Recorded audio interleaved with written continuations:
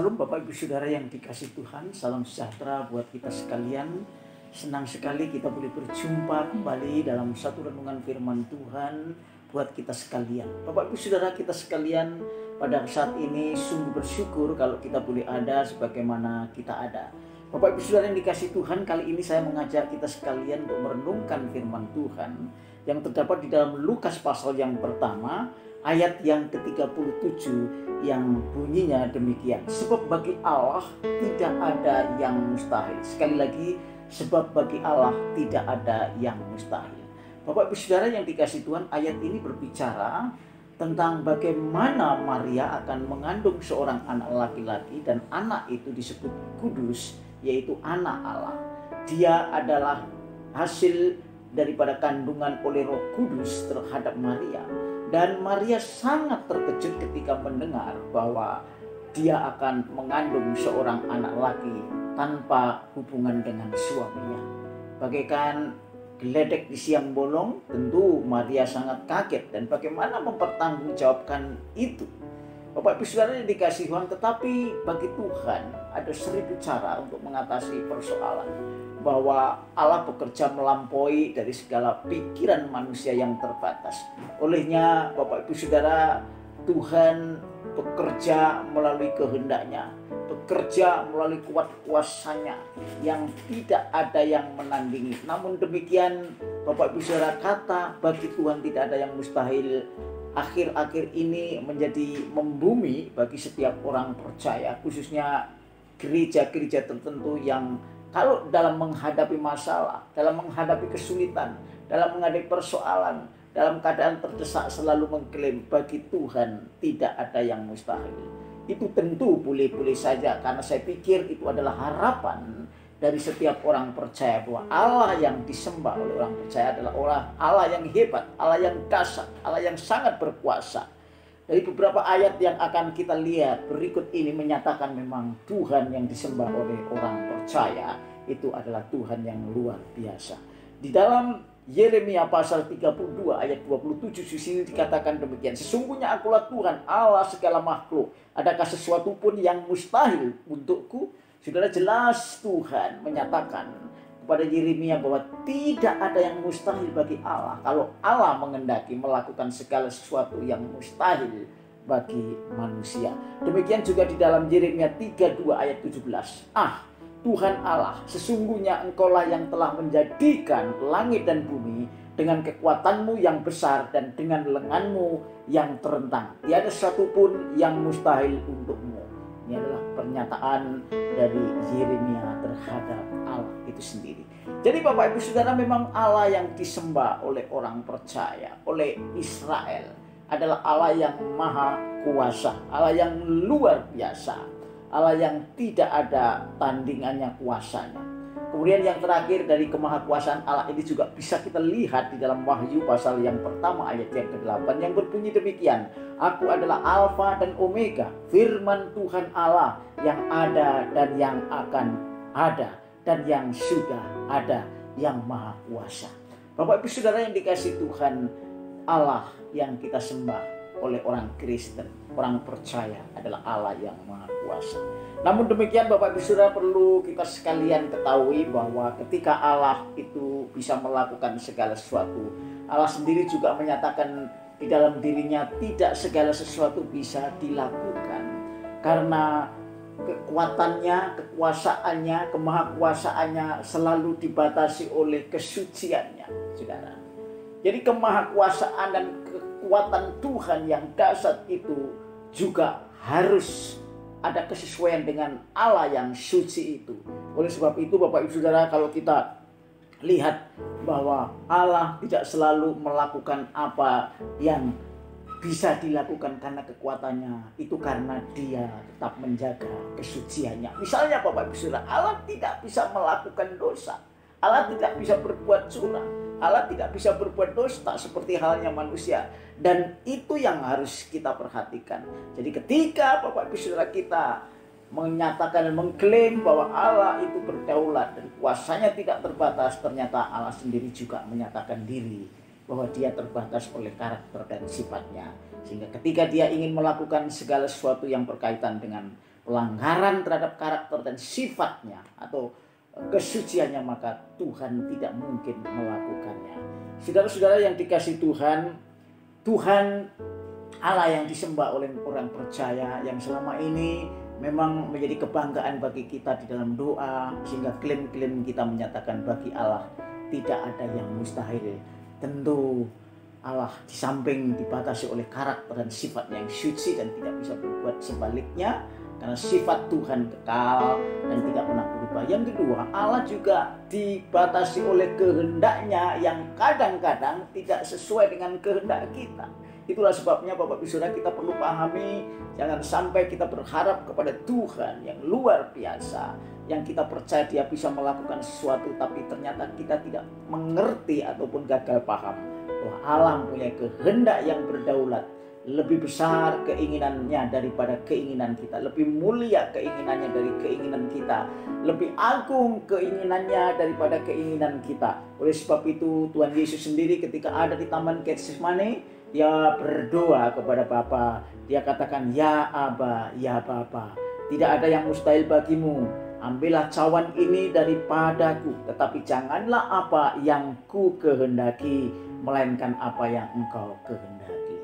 Jadi samping kesuciannya yang membatasi diri atau yang menyatakan di dalam diri Allah tidak bisa melakukan segala sesuatu karena Dia tetap harus suci dan tidak kompromi dengan dosa. Maka yang kedua, bahwa keinginan Tuhan adalah keinginan yang agung dan mulia. Keinginan untuk menyelamatkan manusia, keinginan untuk kebaikan manusia, yang manusia karena sudah dikandung oleh dosa tidak bisa mengerti. Sehingga Tuhan Yesus pun berkata pada waktu itu, sekalipun Yesus juga tidak berbuat dosa sampai saat-saat Dia akan ditangkap di Taman Getsemani, Dia tetap menyatakan, kalau boleh cawan ini lalu daripadaku, tetapi bukan kehendakku, tapi kehendak Bapa yang terjadi. Ini gambaran bahwa Allah mempunyai kehendak yang tidak kita bisa pahami, tetapi jelas mempunyai tujuan yang mulia untuk umat manusia, supaya kita bergantung dan berserah kepada Allah yang Maha Kuasa, Maha Suci dan berdaulat itu. Oleh karena itu, Bapak Ibu Saudara yang dikasihi Tuhan, saya mengajak kepada kita sekalian, mari kalau kita di dalam doa, di dalam harapan saudara dan saya, dengan klaim menyatakan bagi Allah tidak ada yang mustahil, saudara tetap harus mengikuti teladan Tuhan Yesus Kristus, yaitu ketika saudara berharap bahwa semua bisa jadi menurut kehendak Allah. Kehendak Allah kadang-kadang bukan kehendak kita. Dikatakan bahwa jalanku bukan jalanmu, rancanganku bukan rancanganmu, pikiranku bukan pikiranmu. Oleh karena itu, Bapak Ibu Saudara yang dikasihi Tuhan, ada beberapa hal kenapa kadang-kadang ketika kita mengklaim bagi Tuhan tidak ada yang mustahil di dalam doa, di dalam harapan saudara dan saya, karena kita mempunyai Allah yang besar dan ternyata itu tidak terjadi. Yang pertama, penyebabnya adalah karena keinginan kita masih banyak dihinggapi oleh keinginan dosa. Saudara-saudara, keinginan kita masih banyak dihinggapi oleh keinginan dosa, yaitu keinginan daging, keinginan mata, dan keangkuhan hidup. Inilah yang tidak sesuai dengan karakter Tuhan yang suci, sehingga Tuhan tidak melakukan apa yang saudara inginkan. Sekalipun saudara dan saya mengklaim bagi Allah tidak ada yang mustahil. 1 Yohanes 2 ayat 16. Sebab semua yang ada dalam dunia, yaitu keinginan daging dan keinginan mata serta keangkuhan hidup, bukanlah berasal dari Bapa, melainkan dari dunia. Jadi sekalipun kita menjadi orang percaya, menjadi orang Kristen yang sudah dikenal sebagai anak Allah, tapi keinginan kita masih kadang-kadang diliputi oleh keinginan daging, keinginan mata, dan keangkuhan hidup. Sehingga ketika kita berdoa mengklaim bahwa bagi Tuhan gak ada yang mustahil, kadang-kadang kita tidak mendapat jawaban sesuai dengan keinginan, karena kita masih berdosa walaupun Tuhan sudah menebus dan sudah mengampuni, karena sifat kedagingan kita masih melekat dalam hidup saudara dan saya. Yang kedua, mengapa ketika kita mengklaim bahwa bagi Allah tidak ada yang mustahil dan ternyata klaim kita tidak terjadi? Karena keinginan kita belum dewasa seperti Kristus dan para rasul. Keinginan kita belum dewasa, padahal semestinya kita menjadi akil balik, menjadi dewasa, menjadi sempurna, menjadi orang-orang yang diharapkan menjadi orang yang arif, jadi orang yang dewasa. Saudara, 1 Korintus pasal 3 ayat yang pertama, yang demikian bunyi firman Tuhan Bapak Ibu Saudara. Dan aku saudara-saudara pada waktu itu tidak dapat berbicara dengan kamu seperti dengan manusia rohani, tetapi hanya dengan manusia duniawi yang belum dewasa dalam Kristus. Bapak Ibu Saudara, kita diharapkan sebagai orang percaya untuk bertumbuh karena kita adalah murid Tuhan. Karena itu saya mengajak melalui renungan firman Tuhan kali ini, ayo jadilah orang Kristen yang bertumbuh menjadi dewasa, sehingga saudara tidak lagi menjadi kanak-kanak. Sehingga keinginan saudara, kalau keinginan saudara dewasa, maka keinginan itu sesuai dengan keinginan Bapa di surga. Dan apa yang kau nyatakan bahwa bagi Tuhan tidak ada yang mustahil, pasti akan dinyatakan bagi saudara dalam doa, di dalam harapan. Karena Tuhan memang bisa melakukan segala sesuatu yang kuat dan dahsyat ketika ada kesesuaian keinginan Bapa sesuai dengan keinginan. Maksud saya keinginanmu sesuai dengan keinginan Allah, karena saudara sudah menjadi dewasa. Kemudian yang ketiga, yang terakhir Bapak Ibu Saudara, mengapa kita kadang-kadang mengklaim bagi Tuhan tidak ada yang mustahil. Dalam doa-doa yang selama ini kita merindukan karena kita saat dalam keadaan terjepit, kita sangat menderita, dan ternyata Tuhan tidak nyatakan, seolah-olah Tuhan tidak bisa berbuat apa-apa, padahal Allah Maha Kuasa. Itu karena kehendak Allah, kadang-kadang misteri yang hanya bisa kita terima dengan iman saja. Saudara-saudara, karena itu Bapak Ibu akan bacakan ayat ini untuk yang mendukung bagaimana misteri ini terjadi. Di dalam Ulangan 29 ayat 29 dikatakan di sana, hal-hal yang tersembunyi ialah bagi Tuhan Allah kita, tetapi hal-hal yang dinyatakan ialah bagi kita dan bagi anak-anak kita sampai selama-lamanya, supaya kita melakukan segala perkataan hukum Taurat ini. Bapak Ibu Saudara, berarti Tuhan tidak menyingkapkan semua yang ada di dalam benak atau pikiran Tuhan kepada kita. Tetapi apa yang sudah dinyatakan buat saudara dan saya di dalam wahyunya melalui Alkitab sudah cukup, saudara, untuk mengikut Tuhan dan menjadi orang yang berkenan kepada Tuhan. Ada yang misteri yang tidak dinyatakan oleh Tuhan bagi saudara dan saya. Karena itu yang tersembunyi, dan itu hanya bisa kita terima dengan iman. Ikutilah Tuhan melalui perintah-perintahnya. Kalau kita mengikuti perintah-perintahnya, kita tidak bakal tahu apa yang akan terjadi kemudian, tapi kita percaya bahwa dengan perintahnya kita kerjakan, saudara akan diberkati.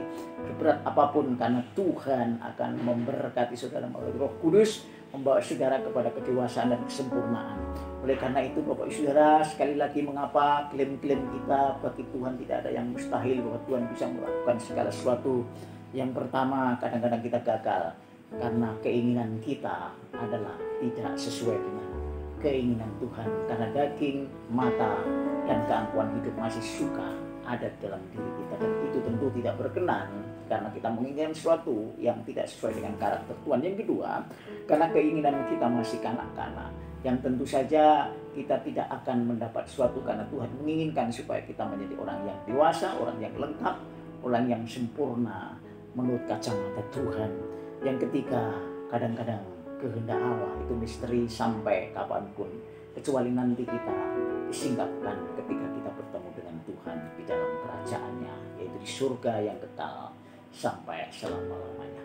Kiranya firman Tuhan kali ini yang Bapak Ibu Saudara nikmati bersama dengan saya, memberkati saudara dan saudara menjadi kuat, saudara tetap beriman, saudara tetap percaya bahwa Allah yang kita sembah adalah Allah yang kuat, yang dahsyat, yang luar biasa.